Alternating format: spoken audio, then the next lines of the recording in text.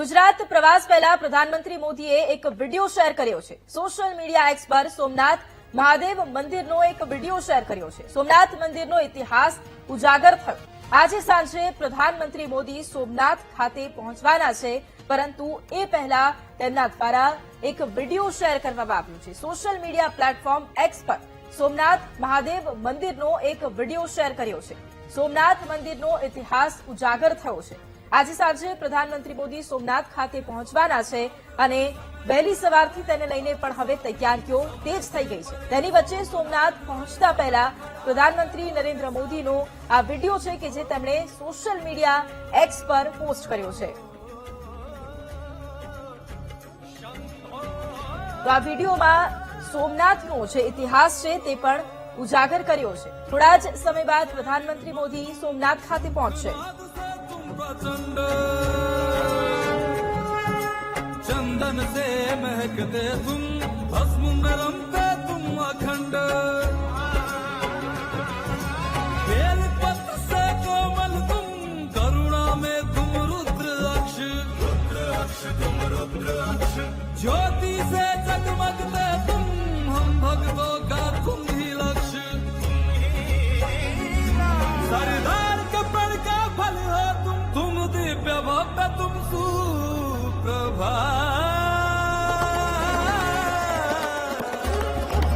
समय से परे सोमनाथ हर समय खड़ा है बोले साथ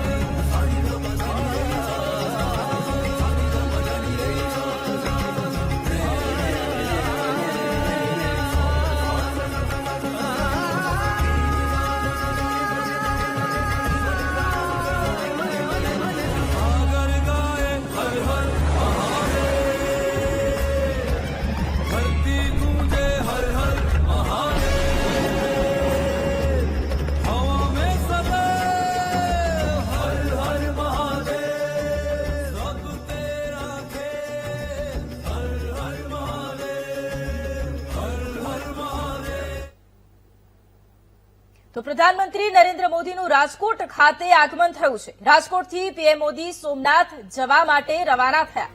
એરપોર્ટ પર કેબિનેટ મંત્રી કુંવરજી બાવળિયાએ પ્રધાનમંત્રી નરેન્દ્ર મોદીનું સ્વાગત પણ કર્યું છે। સોમનાથ ખાતે હવે તેઓ રવાના થયા છે।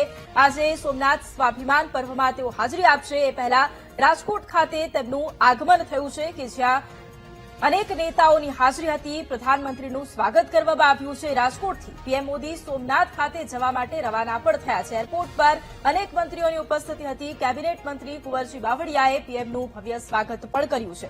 આજે સોમનાથ સ્વાભિમાન પર્વ જેમાં હાજરી તેઓ આપવાના છે। વહેલી સવારથી જ તૈયારીઓ તેજ, મોટી સંખ્યામાં લોકોમાં એક અનેરો ઉત્સાહ। શ્રદ્ધાળુઓ પણ વહેલી સવારથી પહોંચી રહ્યા છે। પ્રધાનમંત્રીના આગમનને લઈને એક અનેરો ઉત્સાહ છે અને હવે રાજકોટમાં આગમન બાદ હવે સોમનાથ જવા રવાના થયા છે। અને આજ મુદ્દે સંવાદદાતા શનિ ફોન લાઈન પર છે। શનિ, પ્રધાનમંત્રી નરેન્દ્ર મોદીનું રાજકોટમાં આગમન, હવે સોમનાથ ખાતે જવા રવાના, શું વધુ જાણકારી?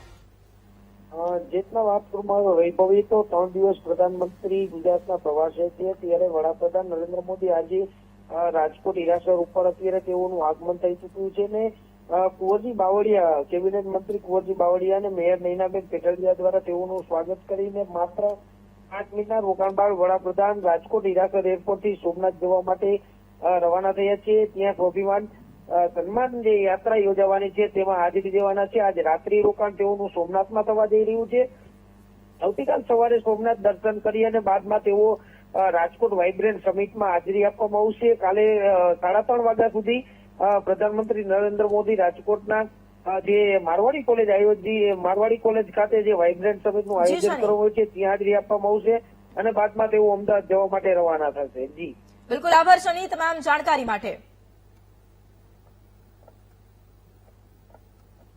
સોમનાથમાં પ્રધાનમંત્રી મોદીના કાર્યક્રમને લઈને નાયબ મુખ્યમંત્રી હર્ષ સંઘવીએ તૈયારીઓની સમીક્ષા કરી છે। ડેપ્યુટી સીએમ હર્ષ સંઘવીએ અધિકારીઓ પાસેથી તૈયારીઓનો તાગ મેળવ્યો છે। સોમનાથના રસ્તા પર ચાલતા ચાલતા રૂટનું નિરીક્ષણ કર્યું। કેબિનેટ મંત્રી જીતુ વાઘાણી અને કૌશિક બેકરિયા પણ તેમની સાથે જોવા મળ્યા છે।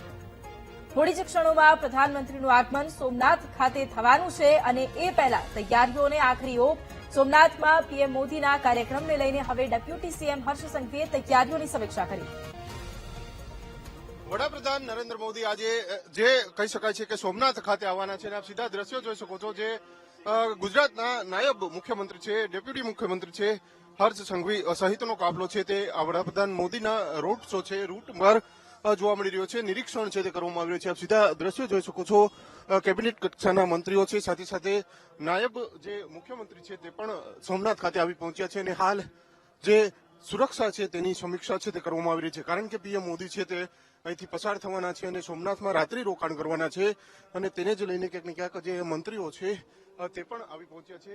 જે હર્ષ સંઘવી સહિતના જે મંત્રીઓ છે તે જોવા મળી રહ્યા છે. કારણ કે જે પ્રમાણેનો રૂટ છે પીએમ મોદી આજે અહીંથી સોમનાથ છે તે જશે અને ત્યાં દર્શન કરશે અને જે પ્રમાણેનો કાર્યક્રમ છે તેને જ લઈને હાલ જે આખા રૂટની સમીક્ષા છે તે કરવામાં આવી રહી છે. કારણ કે પીએમ મોદી છે તે 2 દિવસ માટે જે કહી શકાય છે કે સોમનાથમાં આજે રાત્રિ રોકાણ કરશે અને ત્યારબાદ આવતીકાલે તેઓ રાજકોટ ખાતે જવાના છે અને તેને જ લઈને હાલ જે નાયબ ગૃહમંત્રી છે તે હાલ જે કહી શકાય છે કે પહોંચ્યા છે અને સોમનાથમાં જે સીધા દ્રશ્યો જોઈ શકો છો. કારણ કે જે કેબિનેટ મંત્રી સહિતના જે નેતાઓ છે, જે મંત્રીઓ છે તે આવી પહોંચ્યા છે અને રૂટનું નિરીક્ષણ છે તે કરવામાં આવી રહ્યું છે. કારણ કે પીએમ મોદી છે તેમનો પ્રવાસ છે ને સોમનાથમાં સ્વાભિમાન યાત્રા જે પર્વ છે, સ્વાભિમાન પર્વની ઉજવણી કરવામાં આવી રહી છે અને તેને જ લઈને હાલ જે હર્ષ સંઘવી છે તે પણ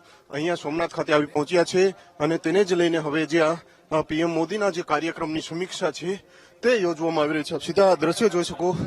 કૌશિક વેકરિયા છે, જીતુ વાઘાણી સહિતના જે નેતાઓ છે તે આવી પહોંચ્યા છે અને હાલ જે કાર્યક્રમ છે તે જોવા મળી રહ્યો છે. કારણ કે મોટી સંખ્યામાં જે આ પ્રમાણે નેતાઓ સહિતનો જે કાફલો છે તે જોવા મળી રહ્યો છે.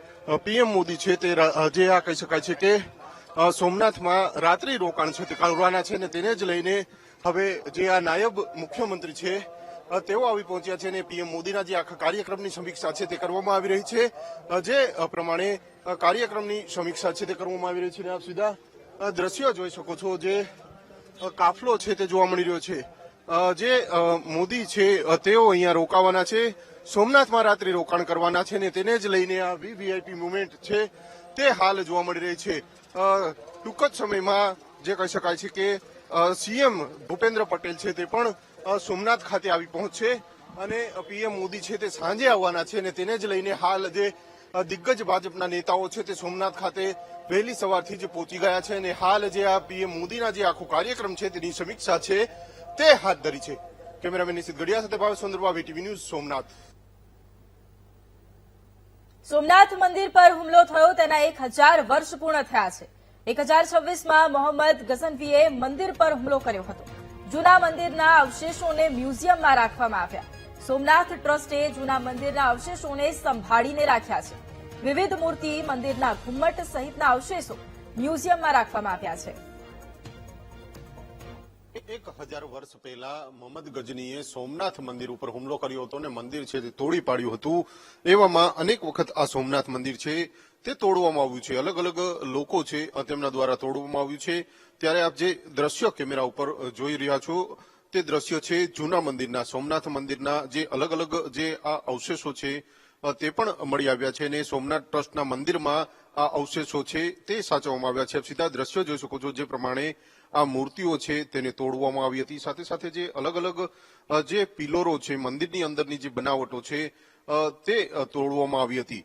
પરંતુ 1000 વર્ષ પહેલા જે ઘટના બની હતી અને ત્યારબાદ વારંવાર સોમનાથ મંદિરને તોડવામાં આવ્યું હતું ને હવે આ મંદિર છે તે ભવ્યથી ભવ્ય મંદિર છે તે અહીંયા સોમનાથમાં બનાવવામાં આવ્યું છે. પરંતુ જે આ જૂની યાદો છે, જે અવશેષો છે તેને સાચવવામાં આવ્યા છે. સોમનાથ ટ્રસ્ટ દ્વારા આ જે મંદિરની અલગ અલગ જે વસ્તુઓ છે, મંદિર કયા પ્રમાણેનું હતું, કઈ પ્રમાણેની કલાકૃતિ છે તે આ મંદિરમાં બનાવવામાં આવી હતી. સાથે સાથે જે નકશી કામ કરવામાં આવ્યું હતું તે તમામ મંદિરને તોડી પાડવામાં આવ્યું હતું ને ત્યારબાદના આજે દ્રશ્યો જોઈ શકો છો. કારણ કે ભવ્યથી ભવ્ય જે ઇતિહાસ રહ્યો છે, સોમનાથ મંદિરનો ઇતિહાસ છે તે ખૂબ જ ભવ્ય રહ્યો છે અને 1000 વર્ષ પહેલા મોહમ્મદ ગજનીએ તેની ઉપર હુમલો કર્યો હતો ને ત્યારબાદ મંદિર છે તેમાં લૂંટફાટ કરી હતી.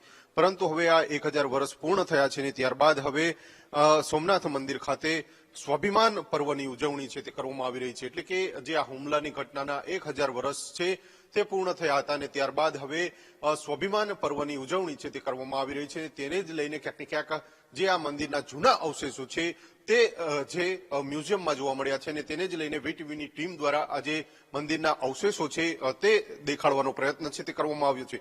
ખાસ કરીને જે ભવ્યથી ભવ્ય ઇતિહાસ સોમનાથ મંદિરનો રહ્યો છે અને ત્યારબાદ હજુ પણ જે આ મંદિર છે તે ભવ્યથી ભવ્ય બનાવવામાં આવ્યું છે, પરંતુ આજ પીએમ મોદી છે તે પણ આવવાના છે અને સાંજે બેઠક કરવાના છે અને જે આ મંદિર છે તેને જ લઈને ક્યાંક ને ક્યાંક જે સ્વાભિમાન પર્વ છે તે ઉજવાઈ રહ્યું છે અને તેને જ લઈને જે ભક્તોમાં પણ અનેરો ઉત્સાહ છે તે જોવા મળી રહ્યો છે. કેમેરામેન નિશિત ગઢિયા સાથે ભાવેશ સુંદરબાબુ,